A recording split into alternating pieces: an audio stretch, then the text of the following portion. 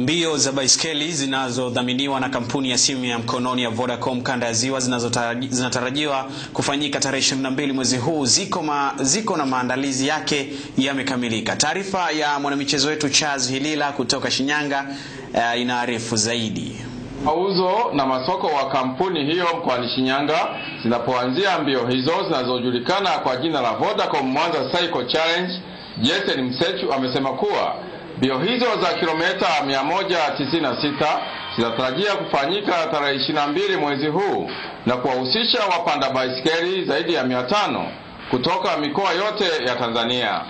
Na tumejiandaa kwa sababu maandalizi yote yameshakamilika. Tunategemea tarehe 22 ambayo ni wiki ijayo yataanza hapa Shinyanga. Aidha, kwa upande wake mshindi wa mbio hizo mwaka jana Hamisi Clement kutoka mkoa wa Shinyanga amesema kuwa amejiandaa vyema kutetea nafasi yake, ikiwa ni pamoja na kufanya mazoezi ya kutosha na kuwa na baskeli ya kisasa kuliko aliyotumia mwaka jana kwenye mashindano hayo.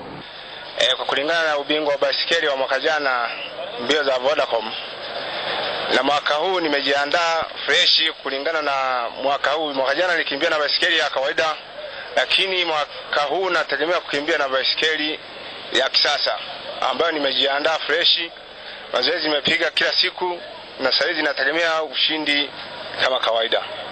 Amesema kuwa mashindano hayo yamegharimu zaidi ya shilingi milioni 50, ambapo wanawake watakimbia umbali wa kilomita 80 na walemavu wanaume kilomita 15 na walemavu wanawake kilomita 10.